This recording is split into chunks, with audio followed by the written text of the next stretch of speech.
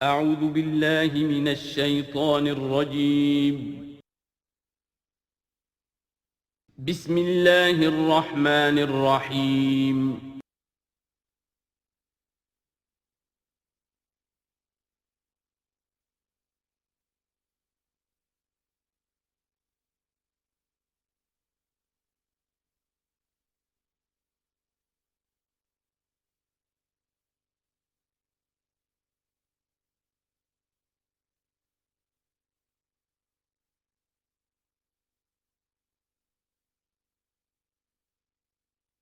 نحمده ونصلي على رسوله الكريم اما بعد فاعوذ بالله من الشيطان الرجيم بسم الله الرحمن الرحيم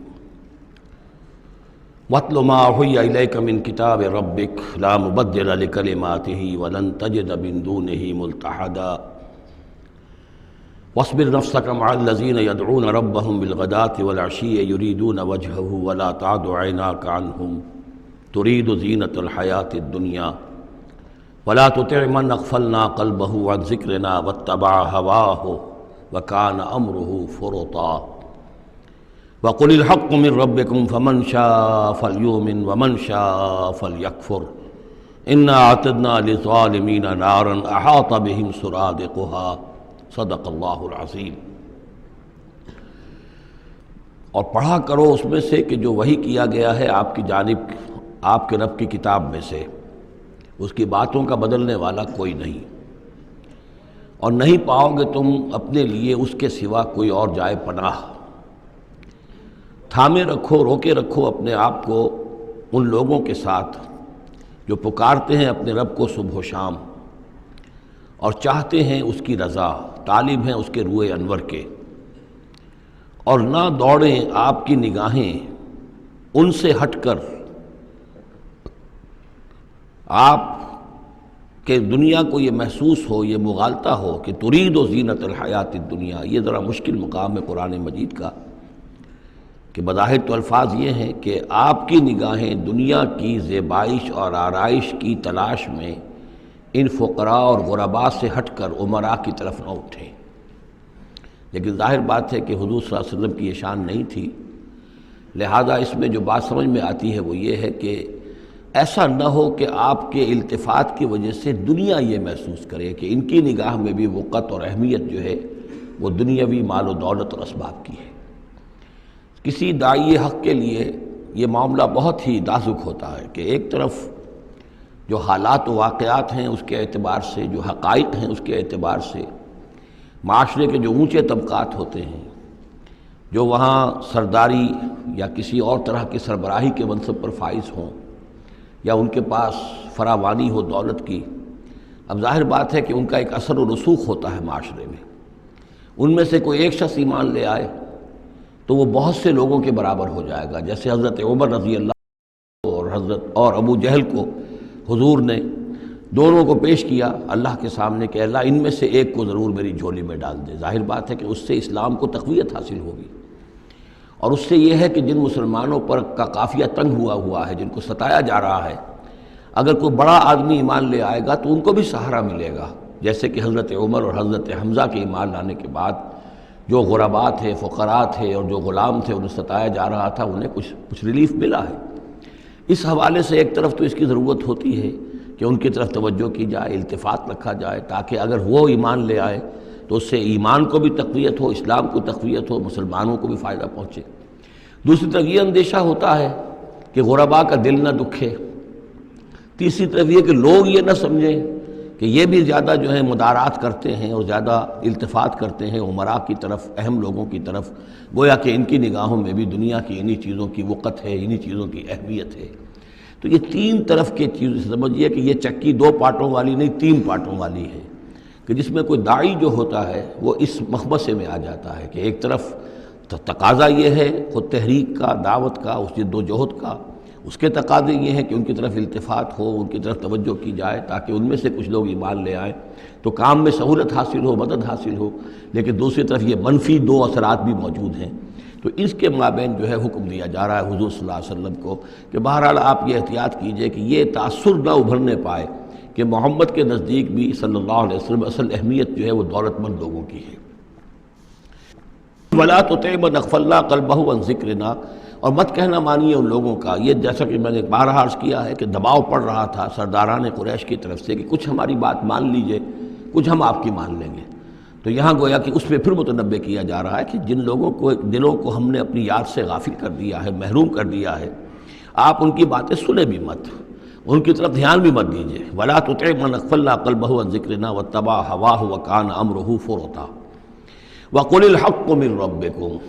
یہ جو مضمون ابھی ہم نے دوبارہ پڑھا ہے، اس کو آپ دیکھیں گے کہ یہ 21ویں پارے کی آغاز میں پھر دوبارہ آئے گا کہ جب بھی شدید کشاکش کا دور آیا ہے تو اس میں یہی ہدایات اللہ تعالیٰ کی طرف سے آئی ہیں حضور کو اور حضور کی وساطت سے تمام اہل ایمان کو، کہ قرآن مجید کے ساتھ تمسک جو ہے اور مضبوط کرو، قرآن مجید کے ساتھ اپنے تعلق کو اور گہرا کرو، اور اس کو پڑھنا اور اس کا جو ہے اس کے ساتھ جو ہے اپنے اوقات کا بسر کرنا، اس میں اور اضافہ کرو، اسی سے تم ان شدائد اور مصائب کا مقابلہ کر سکو گے۔ وَقُلِ الْحَقُّ مِن رَبِّكُمْ، اور کہہ دیجئے یہ حق ہے میرے رب کی طرف، تمہارے رب کی طرف سے جو میں پیش کر رہا ہوں۔ فَمَن شَاءَ فَلْيُؤْمِنْ وَمَن شَاءَ فَلْيَكْفُرْ، تو اب جو چاہے ایمان لائے، جو چاہے کفر کرے۔ یہ بالکل وہی بات ہے جو سورۃ الدہر میں کہی گئی ہے کہ اما شاکرا و اما کفورا، ہم نے پورا اختیار دے دیا، انا ہدیناہ السبیل اما شاکرا و اما کفورا، یہ اختیار ہم نے انسان کو دیا ہے، چاہے شکر گزار بندہ بنے، چاہے کفران نعمت کے روش اختیار کرے۔ تو یہاں انداز یہ ہے کہ آپ ان کفار سے کہہ دیں کہ میں دعوت پیش کر رہا ہوں، اب تمہیں ایمان لانا ہے لاؤ، کفر کرنا ہے کفر کرو، لیکن بین کی کوئی بات نہیں ہو سکتی، کوئی گیو اینڈ ٹیک، کوئی جو ہے کمپرومائز، یہ ممکن نہیں ہے۔ قُلِ الْحَقُّ مِن رَبِّكُمْ، ٹیک اٹ اور لیو اٹ، یہ حق ہے تمہارے رب کی طرف سے، چاہے اسے چھوڑ دو تو پورے کو چھوڑنا ہوگا، قبول کرنا ہے تو پورے کو کرنا ہوگا۔ فَمَن شَاءَ فَلْيُؤْمِنْ وَمَن شَاءَ فَلْيَكْفُرْ إِنَّا أَعْتَدْنَا لِلظَّالِمِينَ نَارًا، ہم نے ظالموں کے لیے، کافروں کے لیے، مشرکوں کے لیے آگ تیار کر رکھی ہے، احاطہ بہم سرادقها، اس کی قناتیں ان کا احاطہ کر لیں گی، وہ قناتوں کی شکل میں آگ ہوگی، ان کو گھیرے میں لے لیں گی۔ وَإِن يَسْتَغِيثُوا، اور اگر وہ پیاس سے جہاں بلب ہو کر پانی مانگیں گے، یغاثوا بماء کالمہل یشفی الوجوہ، تو انہیں ایسا پانی دیا جائے گا پینے کے لیے کہ جیسے بھول، یہ جو محل کے ترجمے کئی کیے گئے ہیں، کھولتے تیل کی تلچھٹ، لاوا، پگھلا ہوا تانبا اور پیپ وغیرہ، مان سدید، ان میں، اور وہ اتنا گرم ہوگا یشفی الوجوہ کہ ان کے چہروں کو بھون دے گا۔ بئس الشراب، بہت ہی بری شے ہوگی پینے کی، وساعت مرتفقہ، اور یہ ان کے لیے ان کی آرام گاہ جو بنے گی جہنم، بہت ہی بری آرام گاہ ہوگی۔ اس کے برعکس وہی سائملٹینیس کنٹراسٹ کا اسلوب، ان الذین آمنوا وعملوا الصالحات، جو لوگ ایمان لائیں اور نیک عمل کریں، انا لا نضیع اجر من احسن عملا، ہمارا یہ اصول نہیں ہے کہ جو لوگ اچھے عمل کریں ان کے اجر کو ہم ضائع کر دیں، ان کا اجر بھرپور انہیں ملے گا۔ اولئک لہم جنات عدن تجری من تحتہم الانہار، یہ وہ لوگ ہیں کہ جن کے لیے ہیں وہ رہنے والے باغات، ریزیڈینشل گارڈنز، جن کے دامن میں ندیاں بہتی ہوں گی، یحلون فیہا من اساور من ذہب، انہیں پہنائے جائیں گے وہاں کنگن سونے کے، ویلبسون ثیابا خضرا من سندس، اور ان کو وہ پہنیں گے وہاں پر کپڑے سبز رنگ کے، باریک ریشم کے اور گاڑھے ریشم کے، یعنی اوپر کا لباس جو ہوگا وہ باریک ریشم کا ہوگا اور جو نیچے کا لباس ہوگا وہ گاڑھے ریشم کا ہوگا۔ متکئین فیہا علی الارائک، اور وہ وہاں پر تکیہ لگائے ہوئے، ٹیک لگائے ہوئے بیٹھے ہوں گے تختوں کے اوپر۔ نعم الثواب، کیا ہی اچھا بدلہ ہوگا، وحسنت مرتفقہ، اور کیا ہی خوب ان کے لیے آرام گاہ ہوگی۔ 5ویں رکوع میں ایک مکالمہ آ رہا ہے دو اشخاص کا۔ ایک شخص وہ ہے کہ جس کو اللہ نے دنیاوی نعمتیں جو بھی اس دور کی تھیں بھرپور دی ہیں، مادی وسائل بھرپور دے رکھے ہیں، اور وہ اس قدر اس کا معاملہ ٹھیک چل رہا ہے کہ ہوتے ہوتے اس کی نگاہ اب اللہ کی طرف سے ہٹ کر ان مادی اسباب و وسائل ہی پر جم گئی ہے، اس کا توکل اور اعتماد اسی پر قائم ہو گیا ہے۔ ایک دوسرا شخص ہے دنیاوی اعتبار سے مرفع الحال نہیں ہے، اس کے پاس دولت نہیں ہے، دنیاوی چیزیں نہیں ہیں، لیکن وہ اللہ تعالیٰ کی معرفت اسے حاصل ہے۔ وہ اس دولت مند آدمی کو کوئی نصیحت کرتا ہے کہ تم اللہ کو بھول گئے ہو، تمہیں چاہیے کہ ہم تمام چیزوں کے اوپر جو بھی اللہ نے تمہیں دی ہے اس کا شکر ادا کرو، اس کا حق ادا کرو۔ لیکن اس نے اپنے گھمنڈ میں آ کر اسے بہت تلخ جواب دیا کہ میرے پاس یہ سب کچھ ہے، تو گویا کہ میں اللہ تعالیٰ کا لاڈلا ہوں، چہیتا ہوں، تم جوتیاں پٹخار رہے ہو، تمہارے پاس کچھ نہیں ہے، تمہاری کوئی حیثیت نہیں ہے، تمہاری یہ حیثیت ہی نہیں کہ مجھے تم واعظ بھی کہو۔ لیکن یہ کہ اس پر پھر جو ان کے درمیان معاملہ ہوا تو انہوں نے کہا، اس شخص نے، کہ ہو سکتا ہے کہ اللہ تعالیٰ تمہارے اس سارے دولت کو اور مال و اسباب کو ضائع کر دے، لیکن یہ کہ اس نے کہا کیسے ہو سکتا ہے، میں نے سارا بندوبست ٹھیک کیا ہوا ہے۔ بہرحال نتیجہ یہ نکلا کہ اللہ تعالیٰ نے اس کی اس پوری دولت کو ایک طریقے سے ضائع کر دیا، اور پھر وہ اپنے ہتھیلیاں ملتا رہ گیا، کف افسوس ملتا رہ گیا، اور اس نے کہا ہائے کاش کہ میں نے اپنے رب کے ساتھ شرک نہ کیا ہوتا۔ حالانکہ اس پورے رکوع میں کہیں کسی دیوی کا، دیوتا کا، کسی اور الہہ کا کوئی ذکر نہیں ہے۔ تو اس رکوع میں سمجھنے کی بات یہ ہے کہ ایک شرک ہے مادہ پرستی کا شرک، مادی اسباب و وسائل پر اتنا تکیہ ہو جائے، اتنا توکل ہو جائے، اتنا اعتماد ہو جائے کہ پھر اللہ تعالیٰ کو انسان بھول جائے، مسبب الاسباب پر سے نگاہ ہٹ جائے، اور وہ سمجھے کہ سارا اعتماد اور توکل میرا ان مادی اسباب و وسائل پر ہے۔ تو یہاں گویا کہ اس نے ان مادی وسائل و اسباب ہی کو اپنا معبود بنا لیا ہے۔ تو یہ شرک ہے جو اس دور کا سب سے بڑا شرک ہے۔ اس دور میں بت پرستی کا شرک بہت کم رہ گیا ہے، اب ستارہ پرستی کا شرک کہاں رہ گیا ہے؟ کون لوگ ہیں جو ستاروں کو پوجتے ہیں؟ اب تو انسان سمجھتا ہے ستاروں تک تو ہم پہنچ ہی جائیں گے، ہمارا علم تو پہنچ ہی چکا ہے، چاند تک ہم اتر آئے ہیں، اب چاند کو کون پوجے گا؟ یہ جو اب ساری جو ہے اب جو پوجا پاٹ ہو رہی ہے وہ تو مادہ پرستی کی ہے، وہ دولت کی ہے، وہ در حقیقت یا وہ نظریاتی طور پر وطن پرستی ہے، اس کا ایک شرک ہے۔ تو یہ اس دور کے شرک کو سمجھنا بہت ضروری ہے، اور یہ رکوع اس اعتبار سے کہ اس میں کسی دیوی دیوتا کا ذکر نہیں ہے۔ تو شرک کون سا کیا اس نے؟ وہ شرک یہی ہے کہ اس نے دنیاوی مال و اسباب اور مادی اسباب و ذرائع کے اوپر اپنے سارے توکل کو جو ہے اس کے ساتھ منسلک کر دیا، یہی گویا کہ اس کو معبود بنا لینا ہے۔ وَاضْرِبْ لَهُم مَثَلَ الرَّجُلَيْنِ، ان کے لیے بیان کیجئے دو اشخاص کی مثال۔ جعلنا لأحدهما جنتین من اعناب، ان میں سے ایک کو ہم نے دیے تھے دو باغ انگوروں کے، وحففناہما بنخل، اور ان دونوں کو گھیرے میں لیا ہوا تھا کھجوروں کے درختوں نے۔ اب دیکھیے کہ انگوروں کی بیلیں ہیں، اور چونکہ ادھر ادھر سے ہوا تیز نہ آئے تو کھجوروں کے جھنڈ جو ہیں وہ چاروں طرف لگے ہوئے ہیں، تاکہ ان کے مابین جو اس کی انگوروں کی بیلیں ہیں وہ بڑی محفوظ ہیں۔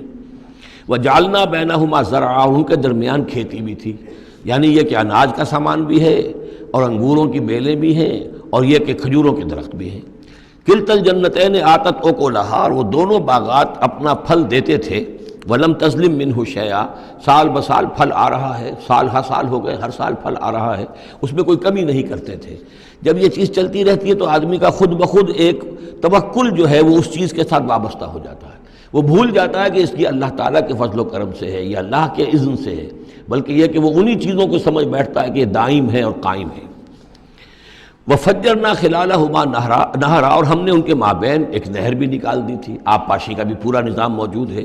وَكَانَ لَهُ ثَمَرٌ، اور اس کے میوے بھی تھے، یعنی یہ بھی تھا کہ باغ جو ہے پھلا ہوا اس وقت، انگور بھی ہیں اور کھجور بھی جو ہے درخت جو ہیں لدے ہوئے ہیں، اور ایک اس کا مفہوم یہ بھی ہے میرے نزدیک جو زیادہ راجح ہے کہ اس کو اولاد بھی اللہ نے خوب دی تھی۔ جیسے درختوں پر پھل لگتا ہے تو انسان کے لیے اس کی اولاد جو ہے اس کے پھل کی حیثیت رکھتے ہیں، تو گویا کہ اس کو اولاد بھی ملی تھی۔ فقال لصاحبہ وہو یحاورہ، تو کہا اس نے اپنے ساتھی سے، ان سے وہ گفتگو کر رہے تھے، آپس میں گفتگو کر رہا، انا اکثر منک مالا واعز نفرا، میں تم سے کہیں بڑھ کر ہوں مال میں اور نفری میں۔ اب یہ نفری کے حوالے سے میں نے کانا لہو ثمر، اس کے بیٹے بھی تھے، اولاد بھی تھی، تو اس کے حوالے سے وہ نفری کی بات بھی کر رہا، میرے بازو بھی بہت ہیں۔ وَدَخَلَ جَنَّتَهُ، اور وہ داخل ہوا اپنے باغ میں، وَهُوَ ظَالِمٌ لِنَفْسِهِ، اور وہ اپنے جان پر ظلم کر رہا تھا، یعنی اسی گمراہی کے اندر مبتلا تھا۔ قَالَ مَا أَظُنُّ أَن تَبِيدَ هَٰذِهِ أَبَدًا، انہوں نے کہا میں نہیں سمجھتا کہ یہ باغ بھی کبھی اجڑ سکتا ہے، کیا مجھے دھمکا رہے ہو کہ اللہ تعالیٰ جو ہے کہیں تم میری یہ دولت سلب نہ کر لے؟ دیکھو میں نے کھجوریں کس حساب سے یہاں پر لگائی ہیں کہ کوئی اگر آئے بھی، کوئی باد سرسر آئے یا کوئی اور بھی ہوا کا تیز لو کے جھونکے آئیں تو وہ میری انگوروں کے بیلوں تک نہ پہنچے۔ یہ گویا کہ سینٹینلز کھڑے ہوئے ہیں، کھجور کے درخت جو ہیں وہ روک رہے ہیں۔ پھر میں نے یہاں پہ آب پاشی کا نظام ہے، میرے نہر چلی ہوئی ہے۔ ما اظن ان تبید هذه ابدا، میں نہیں سمجھتا کہ میرا یہ باغ جو ہے کبھی یہ کہ برباد بھی ہو سکتا ہے۔ وما اظن الساعة قائمة، اور یہ جو تم قیامت وغیرہ کی بات کر رہے ہو، اول تو میرا گمان نہیں ہے کہ کوئی قیامت کھڑی ہونے والی ہے۔ وما اظن الساعة قائمة، میں نہیں سمجھتا کہ یہ قیامت ہونے والی، ہاں ڈکوسلے سے ہیں، کچھ بڑوں سے سنا تو ہے۔ اور یہ کہ وَلَئِن رُدِدتُّ إِلَىٰ رَبِّي، اگر مجھے لوٹا ہی دیا گیا اپنے رب کے پاس، لَأَجِدَنَّ خَيْرًا مِّنْهَا مُنْقَلَبًا، تو مجھے وہاں لازماً ملے گا بہت بہتر لوٹ کر۔ اب اس کے اندر ایک فلسفہ ہے ان کا کہ جب اللہ نے مجھے یہاں دیا، اللہ کے وہ منکر نہیں تھے، اللہ نے مجھے یہاں دیا ہے تو اس کا مطلب یہ کہ میں چہیتا ہوں، لاڈلا ہوں، یا اللہ نے مجھے کچھ صلاحیتیں دی ہیں، میں نے بڑی عمدہ پلاننگ کر کے باغ بنائے ہیں، سارا اس کا بندوبست کیا ہے، تو یہ میری جو صلاحیت ہے، یہ اللہ کی دی ہوئی جو میرے اندر ہے، یہ جو خیر ہے، یہ کہاں چلا جائے گا؟ آخرت میں بھی مجھے پھر ملے گا اور اس سے بہتر ملے گا، اور تم جیسے یہاں جوتیاں پٹخار رہے ہو ایسے وہاں پٹخارو گے۔ وَلَئِن رُدِدتُّ إِلَىٰ رَبِّي، اگر بالفرض ہو ہی گیا ایسا، لوٹا ہی دیا گیا میں اپنے رب کی طرف، لَأَجِدَنَّ خَيْرًا مِّنْهَا مُنقَلَبًا، تو اس سے بھی بہتر مجھے وہاں پر ملے گا۔ قال لَهُ صَاحِبُهُ، اب اس اللہ کے بندے نے جو نیک بندہ تھا کہا اس سے، اس کے ساتھی نے، وَهُوَ يُحَاوِرُهُ، اور ان سے گفتگو کر رہا تھا، أَكَفَرْتَ بِالَّذِي خَلَقَكَ مِن تُرَابٍ، کیا تو نے کفر کیا اس ہستی کا جس نے تجھے مٹی سے بنایا، ثم من نطفہ، پھر پانی کی گندے پانی کی بوند سے بنایا، ثم سواک رجلا، پھر تجھے ایک پورا انسان بنا کر کھڑا کر دیا۔ اب یہاں اور تجھے کفر کون سا کیا؟ یعنی یہ کہ وہ رب مان رہا ہے اللہ کو، اور رب کے ساتھ اس نے کسی اور کا ذکر نہیں کیا ہے۔ مطلب یہ کہ آخرت کا انکار در حقیقت اللہ کا انکار ہے۔ اگر تم آخرت کے بارے میں جو کہہ رہے ہو کہ نہیں میں نہیں سمجھتا کہ یہ کوئی ہونے والی بات ہے، تو چاہے تم اللہ کو اقرار کر رہے ہو، لیکن حقیقت میں اگر آخرت کو نہیں مانتے تو گویا کہ اللہ کا انکار ہے۔ لیکن هو اللہ ربی، لیکن جہاں تک میرا معاملہ ہے، میں نے تو اللہ کو اپنا رب مانا ہوا ہے، وہی میرا مالک ہے، آقا ہے، ولا اشرک بربی احدا، اور میں اپنے رب کے ساتھ کسی کو شریک نہیں ٹھہراتا۔ ولولا اذ دخلت جنتک قلت ما شاء اللہ، اور کیوں نہ ایسا ہوا کہ اللہ کے بندے جب تو اپنے باغ میں داخل ہوا تو نے باغ دیکھا، پھلا ہوا ہے، ہرا بھرا ہے، ہر طرف منظر جو ہے بڑا دل خوشکل منظر ہے، تو کہتا ما شاء اللہ۔ یہ پھر وہی مجلسی کلمہ آ گیا جس میں توحید کوٹ کوٹ کر بھری ہوئی ہے، ماشاء اللہ، یہ جو اللہ نے چاہا، جو اللہ نے چاہا، یہ سب اس کے فضل و کرم سے ہے۔ لا قوت الا باللہ، کوئی طاقت نہیں ہے اللہ کے سوا۔ اگر اللہ کی طرف سے یہ بات نہ ہوتی تو میرے اندر کوئی صلاحیت نہیں تھی، اللہ ہی کی ہے، در حقیقت یہ دین ہے اسی کی عطا ہے۔ ان ترن انا اقل منک مالا و ولدا، اگر تم دیکھ رہے ہو کہ میں تم سے کم ہوں مال میں بھی اور اولاد میں بھی، فعسى ربی ان یؤتینی خیرا من جنتک، تو مجھے تو اپنے رب کے بارے میں یہ یقین ہے کہ وہ جب چاہے مجھے تیرے باغ سے بہتر باغ دے سکتا ہے، وَيُرْسِلَ عَلَيْهَا حُسْبَانًا، اور تیرے باغ کے اوپر وہ کوئی اوپر سے کوئی لو کا جھونکا ایسا بھیج سکتا ہے، من السماء، آسمان سے، فَتُصْبِحَ صَعِيدًا زَلَقًا، کہ یہ پورا باغ جو ہے یہ جو ایک ایسا چٹیل میدان ہو کر رہ جائے کہ یہاں کوئی درخت رہے نہ بیلے رہے۔ معلوم ہوا کہ ہر چیز جب آنکھ کھلی گل کی تو موسم تھا خزاں کا، یہ ہو سکتا ہے، عین ممکن ہے۔ اور یصبح ماؤہا غوراً، یا اللہ آسمان سے کوئی ایسی نہ بھی بھیجے کوئی چیز بلا، تو اس کا پانی ہی جو تمہارا یہ جو چشمہ چل رہا ہے، وہ پانی ہی اگر زمین کے اندر گہرا اتر جائے، یہ چشمہ خشک ہو جائے، فلن تستطیع لہ طلبا، اور پھر تو پانی کہیں سے لا نہ سکے، تو یہ باغ خود بخود اچڑ جائے گا۔ یہ سارے امکانات ہیں، مسبب الاسباب نے تمہارے لیے اس وقت سارے اسباب جمع کر رکھے ہیں، جب چاہے گا ان میں سے کسی ایک سبب کی بھی اگر تناب کھینچ لے تو یہ سارا معاملہ جو ہے یہ تو شیش محل کی طرح کا ہے، ایک ہی جو پتھر ہے وہ اس سب کو چکنا چور کر دے گا۔ وَأُحِيطَ بِثَمَرِهِ، معلوم ہوتا کہ وہ بہت ہی کوئی اللہ کا پہنچا ہوا شخص تھا، جو اللہ کا دوست تھا، اور اس کا دل دکھایا اس شخص نے، جس کو تانا دیا اسے انا خیر من کہ انا اکثر منک مالا و ولدا، تو اس حوالے سے اس کا دل دکھا ہے۔ اور یہ جان لیجئے کہ کسی اللہ والے کا من عادى لی ولیا فاذنته للحرب، تو ایک حدیث قدسی ہے، جو شخص میرے کسی ولی کے ساتھ دشمنی کرے پھر میری طرف سے اس کے خلاف اعلان جنگ ہے، تو اس نے چونکہ یہ دل دکھایا ہے۔ اور فارسی کا ایک شعر بھی بڑا مزیدار ہے کہ ہیچ قوم را خدا رسوا نہ کرد، تا دلے صاحب دلے نامد میں درد، کسی صاحب دل کے دل کو ٹھیس لگتی ہے، درد اور اس کے اندر پیدا ہو جاتا ہے، صاحب دل ہو، اللہ کی محبت اس کے دل میں ہو اور اسے ٹھیس پہنچے، تو تا دلے صاحب دلے نامد میں درد، ہیچ قوم را خدا رسوا نہ کر، قومیں بڑی رسوا ہو جاتی ہیں کسی ایک اللہ والے کی کہ دل جو ہے اس کی دل کو اگر تکلیف پہنچے۔ تو وَأُحِيطَ بِثَمَرِهِ، اس کا سارا ثمر سمیٹ لیا گیا، اللہ تعالیٰ نے جو کچھ اس کو دیا تھا وہ سلب کر لیا، باغ بھی ختم ہوا، اولاد بھی ختم ہوئی۔ فَأَصْبَحَ يُقَلِّبُ كَفَّيْهِ عَلَىٰ مَا أَنفَقَ فِيهَا، تو وہ رہ گیا اپنے ہاتھوں کو ملتا ہوا، اپنی ہتھیلیوں کو ملتا ہوا، جسے ہم کہتے ہیں کف افسوس ملنا۔ یقلب کفیہ علی ما انفق فیہا، جو کچھ اس نے خرچ کیا تھا، انویسٹ کیا تھا، محنت کی تھی، کتنا عرصہ لگا تھا اس باغ کے پلاننگ میں، باغ کو اس نے لگایا تھا، کہاں کہاں سے پودے لایا ہوگا، ما انفق فیہا وہی خاویۃ علی عروشہا، اور وہ باغ جو ہے گرا پڑا ہوا تھا اپنی چھتریاں کے اوپر، کیونکہ جو انگور کی بیلیں ہوتی ہیں وہ ٹٹیاں ہوتی ہیں، چھتریاں ہوتی ہیں، وہ سب اوندھی پڑی ہیں۔ وَيَقُولُ يَا لَيْتَنِي لَمْ أُشْرِكْ بِرَبِّي أَحَدًا، اور اس وقت وہ کہہ رہا تھا ہائے میری شامت، کیا کاش کہ میں نے اپنے رب کے ساتھ شرک نہ کیا ہوتا۔ اب یہ کون سا شرک ہے؟ اس پوری اس گفتگو کے اندر کہیں کسی دیوی کا، دیوتا کا، کسی کا ذکر نہیں ہے، کسی کی شفاعت کا ذکر نہیں ہے۔ یہ ہے ہمارا آج کا نقشہ مادہ پرستی کا، آج کی ہماری ذہنیت جو ہے پوری کی پوری اس رکوع کے اندر موجود ہے۔ وَلَمْ تَكُنْ لَهُ فِئَةٌ يَنْصُرُونَهُ، اور نہ ہوئی پھر اس کی کوئی جماعت، کوئی اس کی فوج ہوتی جو اس کی مدد کرتی من دون اللہ، اللہ کے مقابلے میں۔ وَمَا كَانَ مُنْتَصِرًا، اور نہ ہی وہ اس قابل تھا کہ کسی سے انتقام لے۔ کس سے انتقام لے؟ سارا فیصلہ تو اللہ کی طرف سے ہوا ہے۔ هُنَالِكَ الْوَلَایَةُ لِلَّهِ الْحَقِّ، یہاں تو حکومت اور اختیار کل کا کل اللہ ہی کے لیے ہے، سچے اللہ کے لیے جو الحق ہے۔ یہ ولایا ہے واو کے زبر کے ساتھ۔ والی کہتے ہیں حاکم کو، مالک کو والی، والی سے ولایا بنتا ہے۔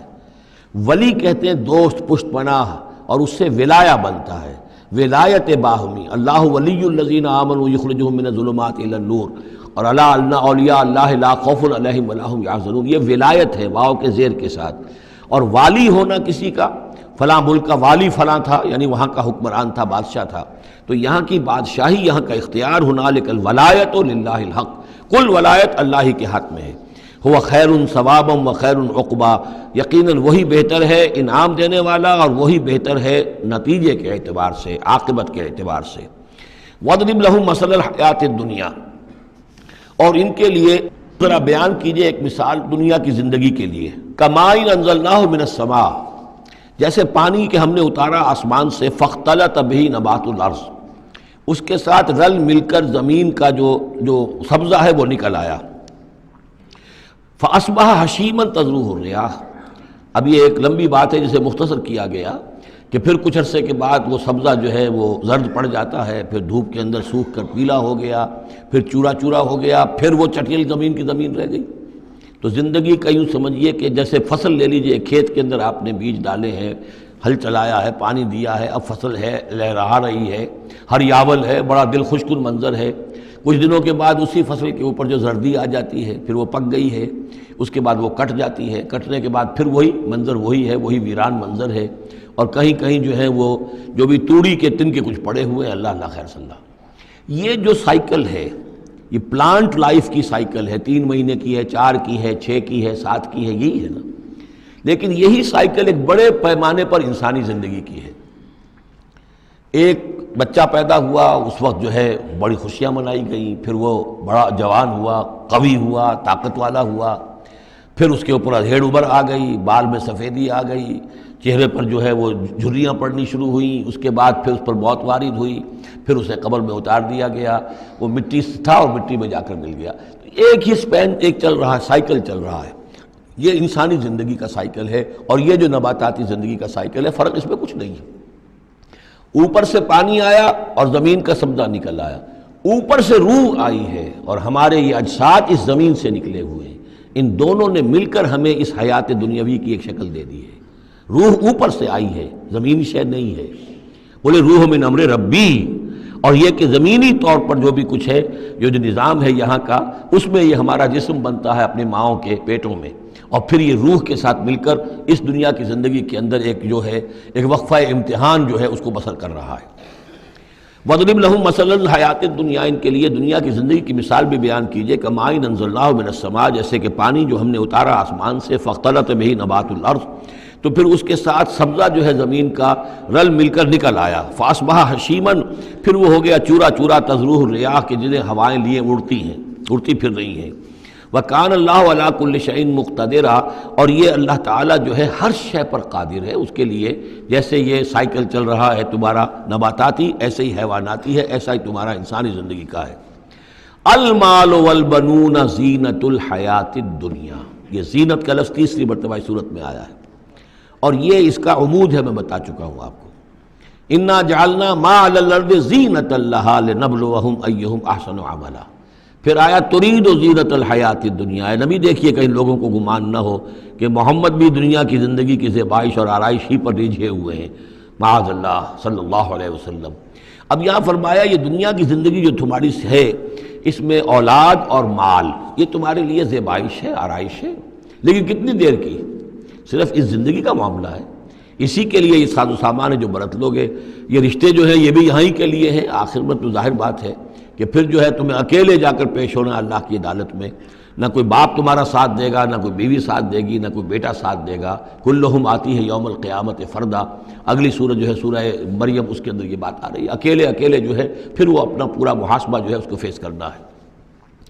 المال والبنون زینت الحیات الدنیا. مال اور بیٹے یہ دنیا کی زندگی کی رونق ہے. والباقیات الصالحات، باقی رہنے والی تو نیکیاں ہیں. نیکی کوئی کمائی ہے اس 30 سال میں، 40 سال میں، 50 سال میں، تو ان کے لیے بقا ہے. مال کے لیے کوئی بقا نہیں ہے.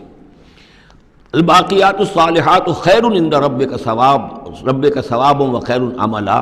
وہ یقیناً بہتر ہیں تیرے رب کے نزدیک ثواب کے اعتبار سے، بدلے کے اعتبار سے بھی، اور توقع اور امید کے اعتبار سے. امید اگر کوئی لگانی ہے تو یہ مال اسباب سے نہ لگاؤ. امید اگر لگانی ہے تو اولاد سے نہ لگاؤ. امید لگانی ہے تو کوئی نیکی اگر ہے اور آخرت میں اس کا اجر و ثواب کی توقع ہے تو تمہارے لیے سہارا جو ہے اصل بننا چاہیے وہ. وَيَوْمَ نُسَيِّرُ الْجِبَالَ. اب یہ قیامت کا نقشہ کھینچا جا رہا ہے. اور جس دن کہ ہم چلائیں گے پہاڑوں کو، وَتَرَى الْأَرْضَ بَارِزَةً، اور تم دیکھو گے کہ زمین بالکل ننگی ہو گئی ہے. کوئی اونچائی نہیں رہی، کوئی نیچائی نہیں رہی، کوئی اونچ نہیں، کوئی ٹیڑھ نہیں، کچھ نہیں، سیدھی چٹیل. پہاڑ چل جائیں گے تو ظاہر بات ہے کہ یہ اونچائیاں ختم ہو جائیں گی. وَحَشَرْنَاهُمْ، اور ہم ان سب کو جمع کریں گے.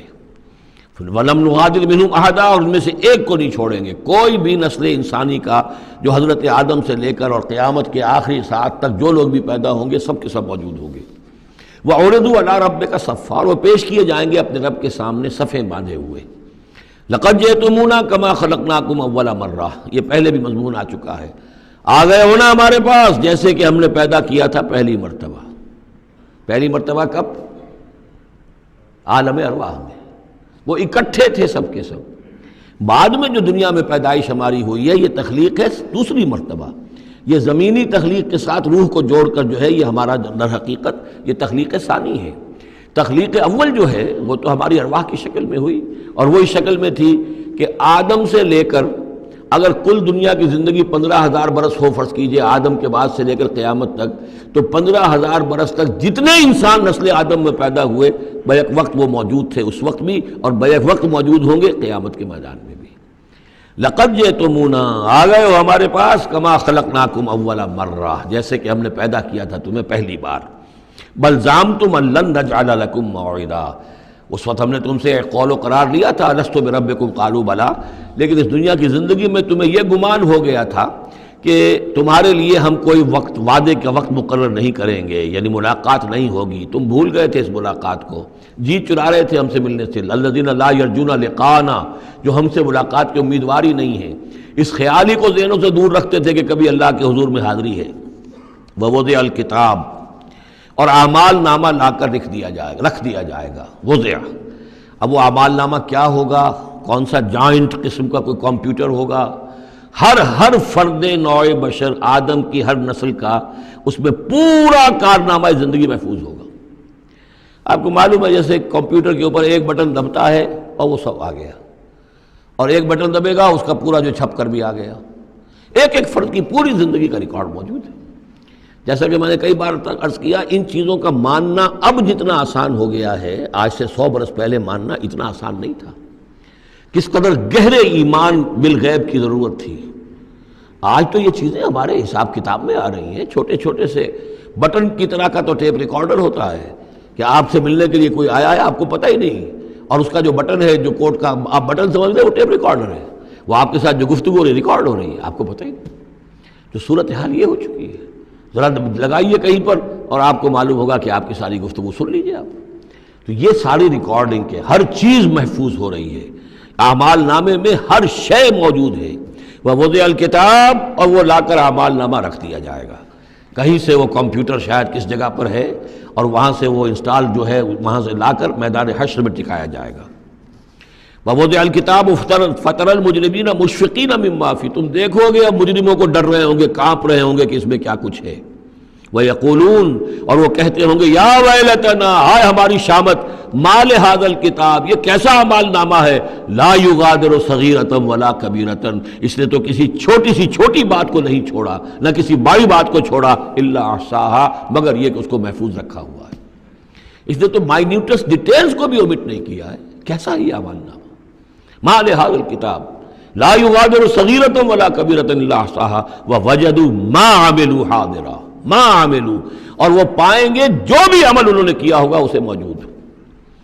ولا یظلم ربک احدا، تیرا رب کسی پر ظلم نہیں کرے گا. یہ تمہارے اپنے اعمال ہیں. اب دیکھیے یہاں 6 رکوع ختم ہوئے، 7واں رکوع شروع ہو رہا ہے، اور 7ویں رکوع کی پہلی آیت سورہ بنی اسرائیل میں بھی یہی تھی، وَإِذْ قُلْنَا لِلْمَلَائِكَةِ اسْجُدُوا لِآدَمَ فَسَجَدُوا إِلَّا إِبْلِيسَ. بالکل ٹھیک درمیان میں سورہ بنی اسرائیل میں بھی 12 رکوع اس کے ہیں، 12 رکوع اس کے ہیں. سورہ بنی اسرائیل کی 111 آیات ہے، سورہ کہف کی 110 آیت ہے. یعنی یوں سمجھیے کہ نہایت حسین، متوازن، ہر اعتبار سے بہت ہی خوبصورت جوڑا ہے. اس کی نسبت زوجیت جو ہے اس سورہ بنی اسرائیل اور سورہ کہف کی بہت نمایاں ہے. میری ایک کتاب ہے، وہ اس میں آخری جو ہے اسی پر بحث ہے، قرآن حکیم کی صورتوں کا اجمالی تجزیہ، جس میں کہ اس کی نسبت زوجیت کو میں نے بڑی تفصیل کے ساتھ، اگرچہ بڑی اختصار ہے لیکن جامعیت کے ساتھ بیان کر دیا ہے. وَإِذْ قُلْنَا لِلْمَلَائِكَةِ اسْجُدُوا لِآدَمَ فَسَجَدُوا إِلَّا إِبْلِيسَ، اور جو یاد کرو جب کہ ہم نے کہا تھا فرشتوں سے کہ جھکو آدم کے سامنے، سجدہ کرو آدم کو، تو ان سب نے سجدہ کیا لیکن نہیں کیا ابلیس نے. کانا من الجن، اب یہاں وہ حقیقت کھول دی گئی جو بقیہ 6 جگہوں پر نہیں ہے، وہ جنات میں سے تھا. فَفَسَقَ عَنْ أَمْرِ رَبِّهِ، فا یہاں پر اب علت کو ظاہر کر رہا ہے. فرشتہ کبھی بھی اللہ کے حکم سے سرتابی نہیں کرتا، فرشتہ اللہ کے حکم کی نافرمانی نہیں کرتا. یفعلون ما یؤمرون لا یعصون اللہ ما امرهم. تو یہ جو نافرمانی اس نے کی ہے اس کی وجہ یہ ہے کہ وہ فرشتوں میں سے نہیں تھا، جنات میں سے تھا. کان من الجن ففسق عن امر ربہ، تو اس نے وہ نکل بھاگا اپنے رب کے حکم سے، یا نافرمانی کی اپنے رب کے فرمان کی. افتتخذونہ وذریتہ اولیاء من دونی، تو سوچو اے اولاد آدم، کیا تم اس کو اپنا ولی بناتے ہو اور اس کی نسل کو، اس کی اولاد کو، اس کے چیلوں چاٹوں کو، اس کے ایجنٹوں کو، ان سے دوستیاں گاٹتے ہو، من دونی، مجھے چھوڑ کر. میں تمہارا خیر خواہ، میں نے تمہارے سامنے سارے فرشتوں کو جھکوا دیا، میں نے تمہیں خلافت عرضی عطا فرمائی، تم میری کریشن کا ماسٹر پیس، کلائمیکس، اور تم بدبختو، تم نے مجھے چھوڑ کر دوست بنایا اس شیطان لعین کو اور اس کے ایجنٹوں کو اور اس کی اولاد کو، چاہے وہ اس کے ایجنٹ جو ہیں وہ اس کے صلب سے ہیں، اس کی اولاد سے ہیں، اور یا یہ کہ انسانوں میں سے ہیں. افتتخذونہ وذریتہ اولیاء من دونی، کیا تم اسے اور اس کے اولیاء اور اس کی نسل کے لوگوں کو، اس کی اولاد کو ولی بنا رہے ہو مجھے چھوڑ کر. وہم لکم عدو، جبکہ فی الواقع وہ تمہارے دشمن ہیں. بئس للظالمین بدلا، کتنا برا بدل ہے کہ جو ان ظالموں نے اپنے لیے اختیار کیا ہے. اللہ کو چھوڑ کر ان کی رفاقت، اللہ کی دوستی چھوڑ کر اس شیطان لعین کی دوستی. ما اشہدتہم خلق السماوات والارض ولا خلق انفسہم، میں نے تو ان جنات کو نہ تو انہیں شہید بنایا تھا آسمان اور زمین کی تخلیق کا، اور نہ ان کے اپنی تخلیق کا.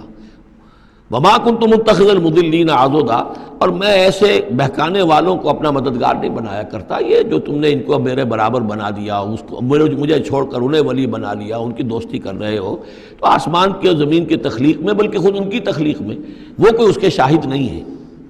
وَيَوْمَ يَقُولُ نَادُوا شُرَكَائِيَ الَّذِينَ زَعَمْتُمْ، اور جس دن کہ اللہ کہے گا کہ پکارو ذرا میرے ان شرکاء کو جن کا تمہیں زعم ہو گیا تھا، تمہیں گمان تھا کہ وہ میرے شریک ہیں. فَدَعُوهُمْ، تو وہ پکاریں گے ان کو. فَلَمْ يَسْتَجِيبُوا لَهُمْ، تو وہ انہیں کوئی جواب نہیں دیں گے. وَجَعَلْنَا بَيْنَهُمْ مَوْبِقًا، اور ان کے درمیان ہم ہلاکت والی گھاٹی حائل کر دیں گے، خلیج حائل کر دیں گے، کہ وہ جو شرکاء چاہے اولیاء اللہ ہی ہوں اور چاہے وہ انبیاء ہوں اور چاہے فرشتے ہوں، لیکن وہ کہ خلیج حائل ہوگی ہلاکت کی، وہ ان کی مدد کے لیے یا ان کی بات سن کر ان کی سفارش کرنے کے لیے نہیں آ سکیں گے. ورأى المجرمون النار، اور مجرمین جو ہیں، ظالم، گناہ گار، کافر، وہ دیکھیں گے آگ کو کہ اب یہ ہے جس میں ہمیں جھونکا جانا ہے. فظنوا انہم واقعوها، اور انہیں یقین ہو جائے گا کہ اب وہ اس میں ڈال دیے جائیں گے. ولم یجدوا عنها مصرفا، وہ نہیں پائیں گے اس سے کہیں بھی بھاگنے کی کوئی جگہ، اس سے انحراف کی کوئی راستہ.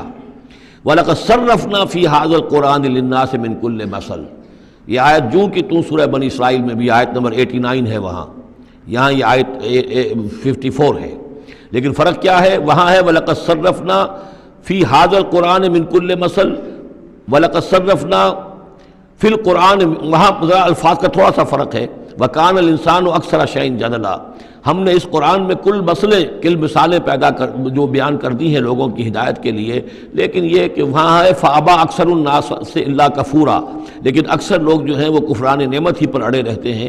یہاں فرمایا وَكَانَ الْإِنسَانُ أَكْثَرَ شَيْءٍ جَدَلًا، لیکن انسان جو ہے تمام مخلوقات سے بڑھ کر ہے جھگڑالو۔ وَمَا مَنَعَ النَّاسَ أَن يُؤْمِنُوا، یہ الفاظ بھی جو کہ تو سورہ بنی اسرائیل میں بھی آئے تھے۔ وَمَا مَنَعَ النَّاسَ أَن يُؤْمِنُوا آیت نمبر 94 ہے یہ وہاں، وَمَا مَنَعَ النَّاسَ أَن يُؤْمِنُوا إِذْ جَاءَهُمُ الْهُدَىٰ وَيَسْتَغْفِرُوا رَبَّهُمْ، اور نہیں روکا لوگوں نے کو ایمان لانے سے جبکہ ان کے پاس ہدایت آ گئی کہ وہ استغفار کرتے اپنے رب سے، إِلَّا أَن تَأْتِيَهُمْ سُنَّةُ الْأَوَّلِينَ، وہاں آیا ہے إِلَّا أَن قَالُوا أَبْعَثَ اللَّهُ بَشَرًا رَسُولًا، کہ ان کو ایمان سے روکنے والی ان کا یہ خیال تھا کہ کیا اللہ تعالیٰ نے انسان کو رسول بنا کر بھیجا ہے۔ یہاں فرمایا الا ان تاتیہم سنت الاولین، ان کو جو روکا گیا ہے وما منع الناس ان یؤمنوا اذ جاءهم الہدی، یہ جو رک گئے ہیں جب ہدایت ان کے پاس آ گئی کہ ایمان نہیں لا رہے اور استغفار نہیں کر رہے، الا ان تاتیہم سنت الاولین، مگر یہ کہ ان پر آ کر رہے گی اب وہی جو پہلو کا جو انجام ہوا تھا وہی ان کے اوپر بھی مسلط ہوگا، او یاتیہم العذاب قبلا، یا یہ کہ عذاب ان کے سامنے آ جائے گا۔ وما نرسل المرسلین الا مبشرین ومنذرین، یہاں پہ جمع کے سیغے میں آ رہا ہے، سورہ بنی اسرائیل میں واحد کے سیغے میں آیا تھا آخری رکوع میں، وما ارسلناک الا مبشرا ونذیرا، اور ہم نے نہیں بھیجا ہے محمد آپ کو مگر مبشر اور نذیر بنا کر۔ یہاں جمع کے سیغے میں وما نرسل المرسلین الا مبشرین ومنذرین ویجادل الذین کفروا بالباطل، اور یہ کافر جو ہیں یہ جھگڑتے ہیں کفر اور بالباطل، جھوٹ کے لیے، جھوٹ کی طرف سے، لیدحضوا بہ الحق، تاکہ اس کے ذریعے سے حق کو بچلا دیں، حق کو ٹلا دیں، حق کو شکست دے دیں۔ یہ جھگڑ رہے ہیں، دلیل بازی کر رہے ہیں، مناظرے کر رہے ہیں، کٹ حجتیاں کر رہے ہیں۔ وَيُجَادِلُ الَّذِينَ كَفَرُوا بِالْبَاطِلِ لِيُدْحِضُوا بِهِ الْحَقَّ وَاتَّخَذُوا آيَاتِي وَمَا أُنذِرُوا هُزُوًا، اور انہوں نے میری آیات کو اور جو انہیں انذار کیا گیا، خبردار کیا گیا، اس کو ہنسی مذاق اور ٹھٹھا بنا لیا ہے۔ وَمَنْ أَظْلَمُ مِمَّنْ ذُكِّرَ بِآيَاتِ رَبِّهِ، اس شخص سے بڑھ کر ظالم کون ہوگا جسے اس کے رب کی آیات کے ذریعے سے نصیحت کی جائے، یاد دہانی کرائی جائے، فَأَعْرَضَ عَنْهَا، پھر بھی وہ اعراض کرے ان آیات الہیہ سے، وَنَسِیَ مَا قَدَّمَتْ يَدَاهُ، اور بھول جائے کہ اس کے دونوں ہاتھوں نے آگے کیا بھیجا ہوا ہے، کیا کرتوت ہیں جو بھیجے ہوئے ہیں۔ اگر تو ایمان لے آتا، ان آیات سے استفادہ کرتا، اپنے کیے پر پچھتاتا، توبہ کرتا، اس دنیا ہی میں اپنے سابقہ گناہوں کی اللہ تعالیٰ سے معافی لے کر جاتا، لیکن یہ کہ یہاں تو صورت یہ ہے کہ وَمَنْ أَظْلَمُ مِمَّنْ ذُكِّرَ بِآيَاتِ رَبِّهِ، اسے تذکیر کی گئی، نصیحت کی گئی اس کے رب کی آیات سے، فَأَعْرَضَ عَنْهَا، اس نے اعراض کیا، وَنَسِیَ مَا قَدَّمَتْ يَدَاهُ، اور بھولے رہا وہ کہ کیا کچھ اس نے آگے بھیجا ہوا ہے، کیا جھاڑ جکاڑ جو ہے اس نے عاقبت کے لیے تیار کیا ہوا ہے۔ اِنَّا جَعَلْنَا عَلَىٰ قُلُوبِهِمْ أَكِنَّةً أَن يَفْقَهُوهُ، یہ مضمون بھی آ چکا ہے سورہ بنی اسرائیل میں، حجابا مستورا، اور ہم نے ان کے دلوں کے اوپر جو ہے پردے ڈال دیے ہیں۔ اِنَّا جَعَلْنَا عَلَىٰ قُلُوبِهِمْ أَكِنَّةً أَن يَفْقَهُوهُ، ہم نے ان کے دلوں کے اوپر پردے ڈال دیے ہیں کہ اسے سمجھ نہ پائیں، وَفِي آذَانِهِمْ وَقْرًا، اور ان کے کانوں میں ہم نے ثقل پیدا کر دیا، بوجھ پیدا کر دیا کہ یہ سن نہیں سکتے۔ وَإِن تَدْعُوهُمْ إِلَى الْهُدَىٰ، اور اگر آپ پکاریں گے انہیں ہدایت کی طرف دعوت دیں گے، فَلَن يَهْتَدُوا إِذًا أَبَدًا، تو یہ کبھی بھی ہدایت پانے والے نہیں ہیں۔ یعنی اب ان کے دلوں پر مہر لگ چکی ہے، اب اللہ تعالیٰ کا وہ جو قانون ہے ہدایت و ضلالت کا، اس کی جو آخری دفعہ ہے وہ ان کے اوپر لگ چکی ہے، ان کے اوپر اپلائی ہو چکی ہے۔ وَرَبُّكَ الْغَفُورُ ذُو الرَّحْمَةِ، اور آپ کا رب جو ہے بہت بخشنے والا ہے، بہت رحمت والا ہے۔ لَوْ يُؤَاخِذُهُم بِمَا كَسَبُوا لَعَجَّلَ لَهُمُ الْعَذَابَ، اگر وہ جو کچھ بھی ان کی کمائیاں ہیں، جو کرتوت ہیں، ان کے اوپر فوراً مواخذہ کر لیتا تو بہت جلدی ان کو عذاب جو ہے بھیج دیتا۔ اس سے پہلے آ چکا ہے، پھر زمین کے اوپر تو کوئی ایک انسان بھی باقی نہ رہتا اگر فوری طور پر انسان کو جو ہے سزا دے دی جائے۔ لَعَجَّلَ لَهُمُ الْعَذَابَ، تو اللہ تعالیٰ یقیناً بہت جلدی دے دیتا ان کو عذاب۔ بَل لَهُم مَوْعِدٌ، نہیں، ان کے لیے ایک وقت ہے، وعدے کا وقت ہے جو معین ہے۔ لَن يَجِدُوا مِن دُونِهِ مَوْعِلًا، وہ اس سے کہیں سرکنے کی جگہ نہیں پائیں گے۔ جب وہ اجل آ جائے گی، جب وہ موعد آ جائے گا، جو وعدے کا وقت آ جائے گا، پھر جیسے پہلے ہم پڑھ چکے لا يستقدمون ولا يستاخرون، نہ اب آگے جا سکیں گے نہ پیچھے۔ وَتِلْكَ الْقُرَىٰ أَهْلَكْنَاهُمْ لَمَّا ظَلَمُوا، اور یہ وہ بستیاں ہیں جن کا کہ ذکر ہم قرآن مجید میں بار بار کر چکے ہیں. یہ احقاف کے اندر جو لوگ آباد تھے، اور یہ جو حجر میں لوگ تھے، اصحاب الایکا تھے، وہ عمورہ اور صدوم کی بستیاں تھیں. وَتِلْكَ الْقُرَىٰ أَهْلَكْنَاهُمْ لَمَّا ظَلَمُوا، ہم نے ان کے رہنے والوں کو ہلاک کیا جبکہ انہوں نے ظلم کی روش اختیار کی، شرک کی اور کفر کی روش اختیار کی. وَجَعَلْنَا لِمَهْلِكِهِمْ مَوْعِدًا، اور ان کی بھی ہلاکت اور بربادی کے لیے ہم نے ایک وعدے کا وقت معین کر دیا تھا. اس وقت معین سے پہلے عذاب ان پر بھی نہیں آ سکتا تھا. وَإِذْ قَالَ مُوسَىٰ لِفَتَاهُ لَا أَبْرَحُ حَتَّىٰ أَبْلُغَ مَجْمَعَ الْبَحْرَيْنِ أَوْ أَمْضِيَ حُقُبًا. اب یہ دو رکوع ہیں کہ جن میں حضرت موسیٰ علیہ السلام کے ایک سفر کا ذکر ہے. روایات میں جو بات معلوم ہوتی ہے، اور وہ اس قرآن مجید کے بیان کے ساتھ وہ چیز مطابقت رکھتی ہے، اس لیے بیان کر رہا ہوں کہ حضرت موسیٰ کو اللہ تعالیٰ نے حکم دیا کہ فلاں جگہ پر جاؤ اور وہاں تمہیں ہمارا ایک بندہ ملے گا، اور وہ بندہ جو ہے بہت صاحب علم ہے، کچھ عرصہ اس کے پاس رہو. ہو سکتا ہے کہ یہ حضرت موسیٰ علیہ السلام کا بھی ابتدائی دور ہو نبوت کا، اور جیسے کہ اللہ تعالیٰ نے ہمیں معلوم ہے روایات سے 3 برس تک جو حضور صلی اللہ علیہ وسلم کی تعلیم کا بندوبست کیا ہے، ایک فرشتہ جو ہے مستقل جو ہے آپ کے ساتھ رہا ہے. اسی طریقے سے شاید اللہ تعالیٰ نے کسی یا تو فرشتے کو، جسے ہم خضر کہہ دیتے ہیں، یہ بھی کوئی یقین کے ساتھ معلوم نہیں کہ وہ خضر علیہ السلام، قرآن میں ان کا نام نہیں ہے. یہ بھی رائے ہے کہ وہ فرشتے ہیں، یہ بھی رائے ہے کہ وہ انسانوں میں سے کوئی انسان ہے جن کو اللہ تعالیٰ نے بہت لمبی عمر دے دی ہے. جیسے جن کو دے رکھی ہے ایک ابلیس کو، تو انسانوں میں سے ایک اچھے اپنے نیک اور اپنے پسندیدہ اور برگزیدہ انسان کو بھی اس نے بہت بڑی عمر دے رکھی ہے، وہ حضرت خضر ہے. واللہ عالم، اس کے بارے میں کوئی تفصیل ہم نہیں جان سکتے. لیکن یہ کہ حضرت موسیٰ علیہ السلام سے کہیں کسی جگہ پر ان کو یہ خیال آ گیا کہ شاید اس وقت روئے ارضی پر سب سے زیادہ علم جو ہے اللہ تعالیٰ نے مجھے عطا کیا ہے. لیکن اس کے لیے پھر ذرا تعدیباً اور تربیتاً اور تعلیماً اب انہیں کہا گیا کہ فلاں ہمارا بندہ فلاں جگہ جاؤ، تمہاری ملاقات ہوگی، کچھ دیر اس کے پاس رہو اور دیکھو کہ وہ اس سے کیا حکمت تم سیکھ سکتے ہو. اب اس کے لیے حضرت موسیٰ نکلے ہیں اپنے نوجوان ساتھی خادم کے ساتھ، یوشع ابن نون ان کو ساتھ لے کر. وَإِذْ قَالَ مُوسَىٰ لِفَتَاهُ لَا أَبْرَحُ حَتَّىٰ أَبْلُغَ مَجْمَعَ الْبَحْرَيْنِ، اور جب کہا موسیٰ نے اپنے اس نوجوان ساتھی سے جن کا نام یوشع ابن نون ہے کہ میں نہیں باز آؤں گا یہاں تک کہ چلتا رہوں اور پہنچ جاؤں مجمع البحرین تک، جہاں پر کہ دونوں دریا مل جاتے ہیں، او امضی حقبا، یا پھر میں چلتا رہوں گا، چاہے وہ مجھے سینکڑوں برس گزر جائیں میں چلتا رہوں گا. بتایا گیا تھا مجمع البحرین پر وہ ملے گا، اور خاص نشانی اس کی بتا دی گئی تھی کہ ہمارا وہ بندہ وہاں ملے گا تمہیں.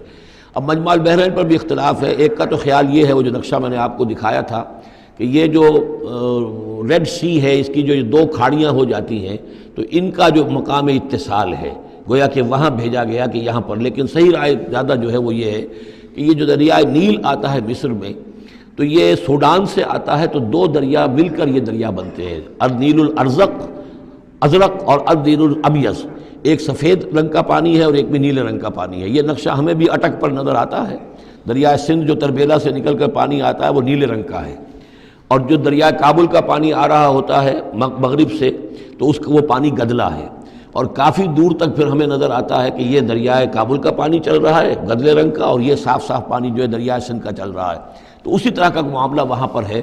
نیل جو ہے نیلا نیل اور سفید نیل، النیل الازرق اور النیل الابیض، وہاں پر پہنچے ہیں. کہیں یہ یوں سمجھیے خرطوم کے آس پاس، کہ میں اب چلتا جاؤں گا. فلما بلغا مجمع بینہما، جب یہ پہنچ گئے اس دونوں دریاؤں کے ملنے کی جگہ پر، نسیا حوتہما، یہ بتا دیا گیا تھا کہ ایک جو مچھلی ہے تل کر اس کو ساتھ لے لینا تاکہ تمہارے وہ غذا کا کام بھی دے گی، اور اسی کو نشانی بنانا تھا اللہ نے بتانے کے لیے کہ کس جگہ پر وہ اس شخص سے ملاقات ہوگی. جب وہ پہنچے ان دونوں کی مجمع کے مقام پر، نسیا حوتہما، تو انہوں بھول گئے اپنی اس مچھلی کو. فاتخذ سبیلہ فی البحر سربا، اور وہ مچھلی جو ہے وہ زندہ ہو کر، حالانکہ بھنی ہوئی تھی تلی ہوئی تھی، وہ زندہ ہو کر اور اس نے وہ سرنگ سی بنا کر اور سمندر میں چلی گئی. فلما جاوزا، اب یہ نقشہ جو ہے یہ ان کے جو ساتھی تھے یوشع ابن نون، انہوں نے دیکھا ہے اپنی نگاہ سے کہ یہ معاملہ ہوا ہے، لیکن یہ کہ اس کا تذکرہ کرنا حضرت موسیٰ علیہ السلام سے بھول گئے.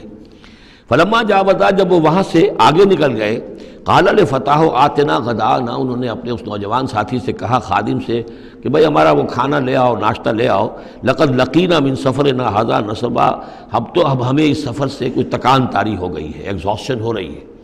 اور یہاں یہ نقطہ بیان کیا ہے مفسرین نے کہ چونکہ اس اصل مقام سے آگے نکل آئے تھے اس لیے اب تکان ہوئی ہے، ورنہ جو مقام تک پہنچنا تھا وہاں تک انہیں تکان کا کوئی احساس نہیں ہوا۔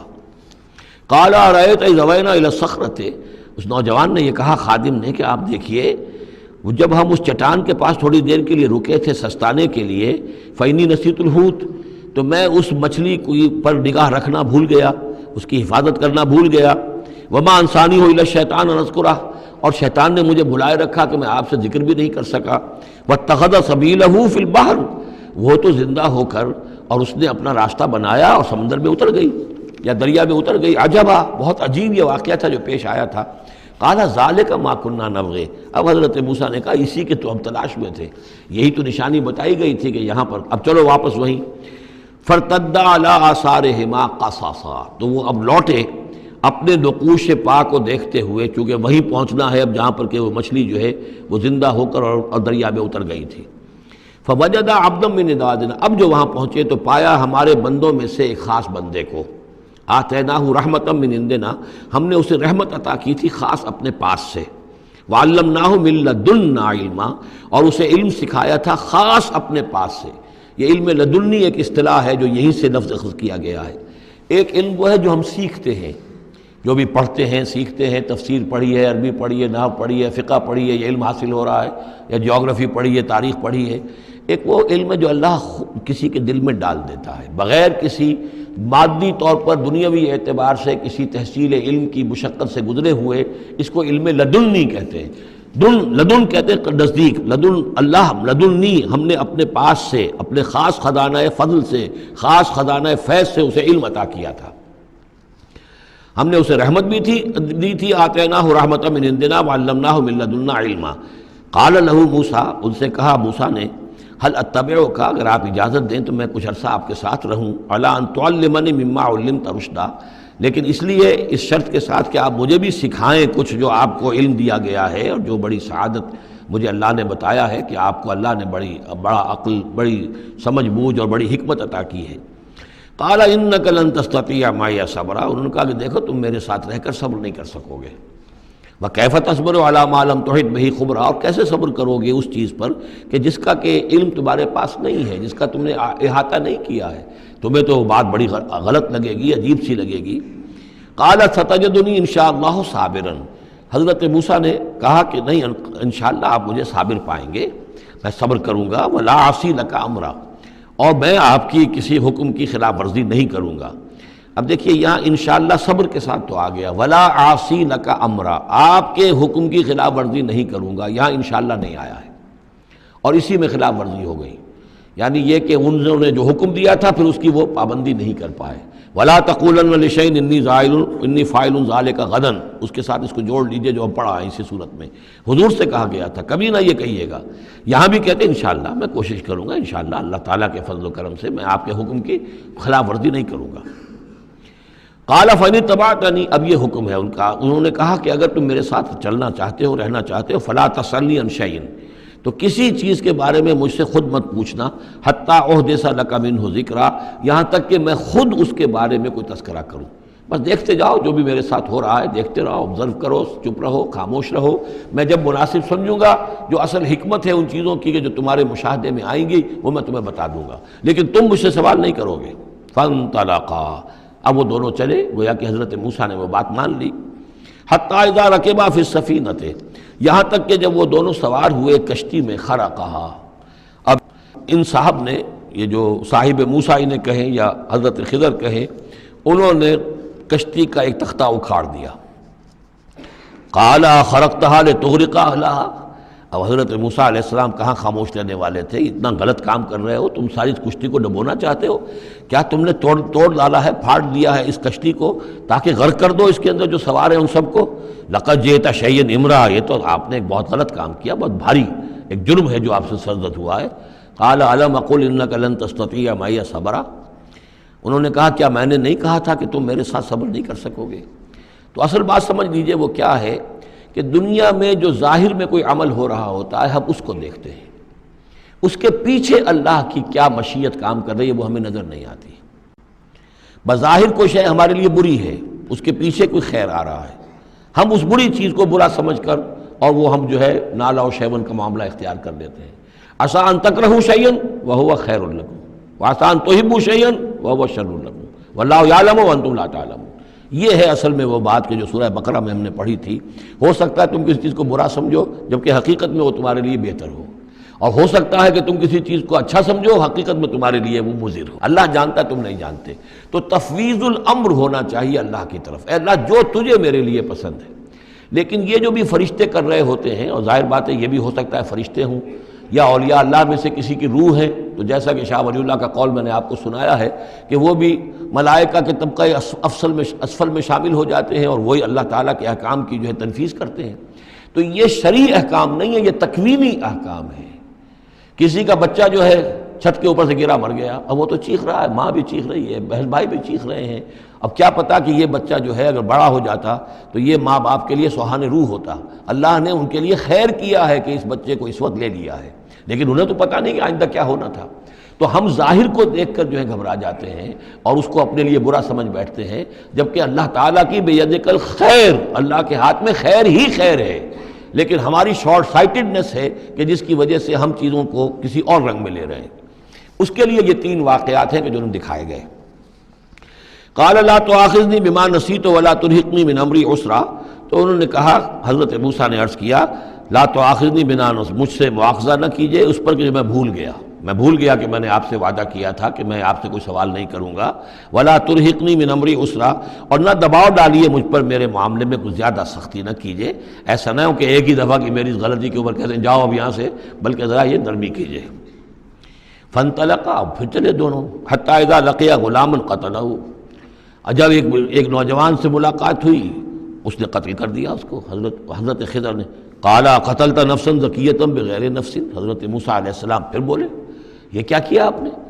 ایک بے گناہ جان کو آپ نے قتل کر دیا اس کے بغیر کہ اس نے کسی کا خون بہایا ہو۔ لقد جئت شیئا نکرا، یہ تو آپ نے بہت ہی نامعقول حرکت کی ہے۔ قال علم انک لن تستطیع معی صبرا، اب انہوں نے بھی ذرا ڈانٹ کے انداز میں کہا علم اقل لک، کیا میں نے نہیں کہا تھا تم سے کہ تم میرے ساتھ صبر نہیں کر سکو گے؟ قال ان سألتک عن شیء بعدها فلا تصاحبنی، حضرت موسیٰ نے عرض کیا کہ اچھا ٹھیک ہے، اب اگر تیسری مرتبہ مجھ سے غلطی ہو جائے، دوسری مرتبہ اور مجھے معافی دے دیں، اگر اب میں اس کے بعد کوئی آپ سے سوال کروں تو پھر ٹھیک ہے، آپ مجھے اپنے ساتھ نہ رکھیے گا، فلا تصاحبنی، پھر یہ کہ میں اپنا راستہ لے لوں گا۔ قد بلغت من لدنی عذرا، میری جانب سے آپ نے جو ہے حجت قائم کر دی ہے، اور آپ عذر جو ہے اب آپ کر سکتے ہیں کہ آپ مجھے اپنے ساتھ نہ رکھیں، یعنی خطا میری ہے۔ فانطلقا، پھر چلے، حتی اذا اتیا اہل قریۃ استطعما اہلہا، اور جب یہاں تک کہ وہ پہنچے ایک بستی والوں کے پاس، وہاں انہوں نے ان سے چاہا کہ وہ انہیں کھانا کھلائیں، مسافر جیسے ہوتے ہیں کہ بھائی ہم لوگ آئے ہیں، مسافر ہیں، آپ کی بستی میں آئے ہیں تو ہمیں کھانا کھلائیے۔ فَأَبَوْا أَن يُضَيِّفُوهُمَا، تو وہاں کی بستی والوں نے، وہ ایسے کچھ کٹھور اور شقی لوگ تھے، انکار کر دیا ان کی ضیافت سے، انہیں کچھ کھانے کو نہیں دیا۔ فَوَجَدَ فِيهَا جِدَارًا، وہاں انہوں نے دیکھا ایک دیوار، يُرِيدُ أَن يَنقَضَّ، کہ بالکل گرنے کو ہے، ٹوٹنے کو ہے، گرنے کو ہے۔ فَأَقَامَهُ، تو وہ حضرت خضر نے اس کو سیدھا کر دیا، بنا دیا اور سیدھا کر دیا، مضبوط کر دیا۔ قَالَ لَوْ شِئْتَ لَاتَّخَذْتَ عَلَيْهِ أَجْرًا، تو حضرت موسیٰ نے پھر کہا کہ اگر آپ چاہتے، یہ اتنے ناہنجار لوگ، انہوں نے مسافروں کو کھانا تک نہیں دیا اور آپ نے بغیر مزدوری لیے ہوئے ان کا کام کر دیا، ان کی دیوار سیدھی کر دی۔ لو شئت لاتخذت علیہ اجرا، آپ اس پر اجرت طلب کرتے ان سے، اور یہ جو اجرت سے جو ہے بہرحال ہم جو ہے کچھ نہ کچھ کھاتے پیتے۔ قال ھذا فراق بینی و بینک، کہ بس یہ اب میرے اور آپ کے درمیان اب علیحدگی کا وقت ہے۔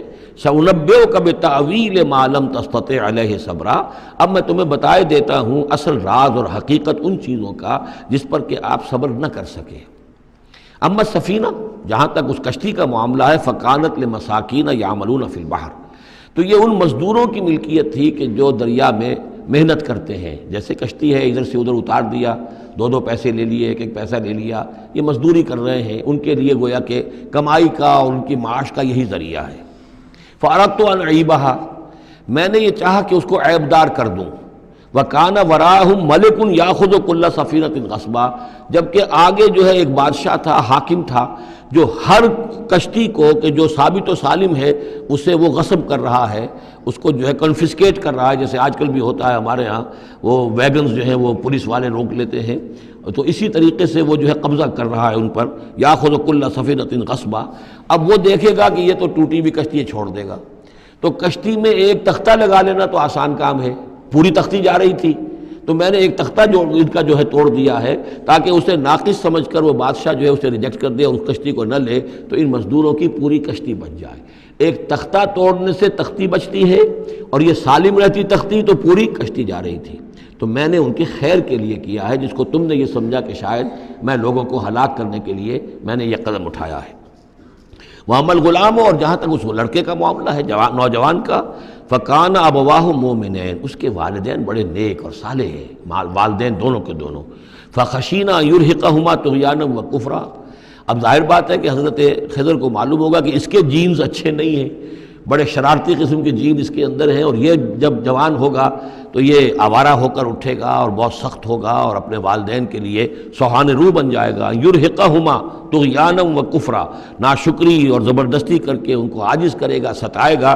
فَأَرَدْنَا يُبْدِلَهُمَا رَبُّهُمَا خَيْرًا مِّنْهُ زَكَاةً وَأَقْرَبَ رُحْمًا، تو ہم نے یہ چاہا کہ ان کا رب ان کے لیے بدل دے، اس سے بہتر اولاد اسے دے، بیٹا دے دے کہ جو اس کے لیے پاکیزگی میں بھی اور شفقت اور رحمت میں بھی اس سے بہتر ہو، جو ان کے لیے بڑھاپے میں سہارا بن سکے۔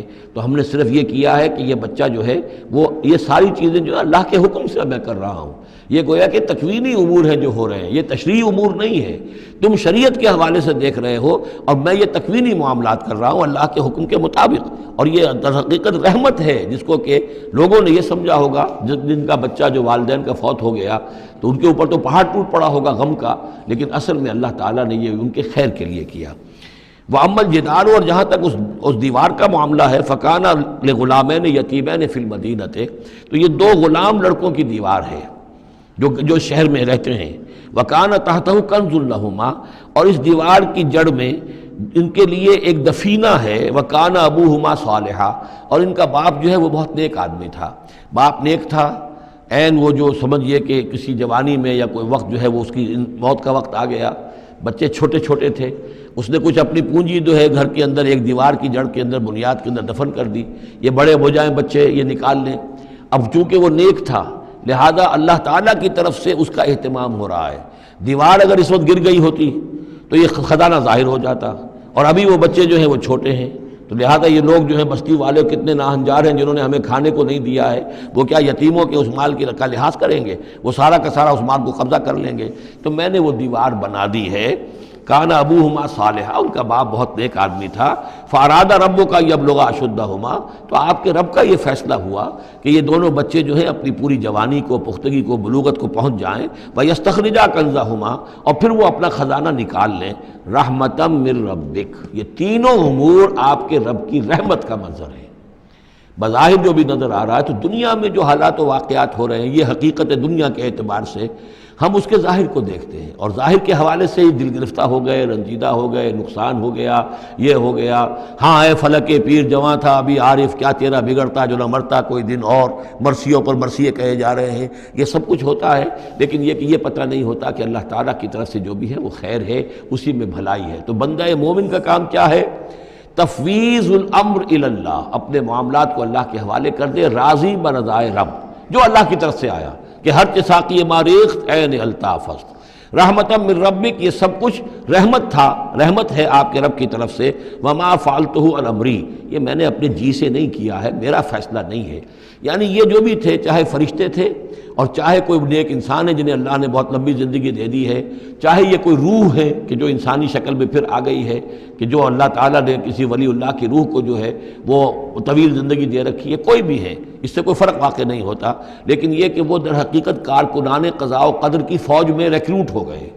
وہ جو فیصلے کر رہے ہیں، جس کی تنفیذ کر رہے ہیں، اس کا شریعت سے تعلق نہیں ہے، وہ تکوینی امور ہے اللہ تعالیٰ کے۔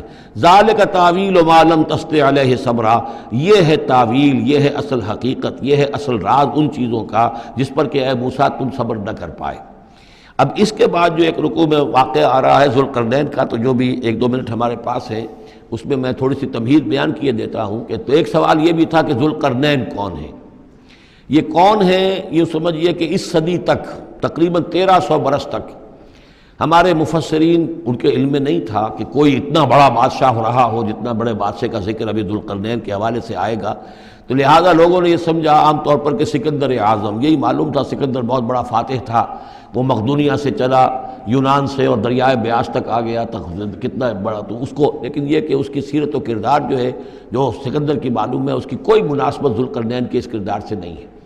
ذوالقرنین اصل میں ایران کے بادشاہ تھے، اور ایران اس وقت دو ملکوں میں پر منقسم تھا۔ اب بھی اگر ابھی کبھی نقشہ دیکھیں گے تو ایک علاقہ جو ہے ایران کا وہ تو ہے جو خراسان کا حصہ ہے، جو اصل ایران ہے اس کو بھی یوں سمجھیے دو حصوں میں، ایک پارس پرانا کہلاتا تھا جس سے فارس کا لفظ بنا ہے، اور دوسرا مادہ تھا، میڈیا یا مادہ۔ تو یہ ایک شخص ایسے ابھرے کہ جنہوں نے ان دونوں کو ملا کر ایک حکومت بنایا، اور وہاں سے سلطنت ایران کا جو یوں سمجھیے کہ جو ان کا ایک سنہرا دور ہے، اور ان کی عظمت و سطوت جس کی کہ وہ بہت زیادہ جس پر فخر کرتے ہیں، اس لیے کہ ایرانی قوم بڑی نیشنلسٹ ہے، نسل پرست ہے، ان کے اندر اپنی تاریخ پر، اپنی روایات پر جو ہے وہ بہت ان کو فخر ہے۔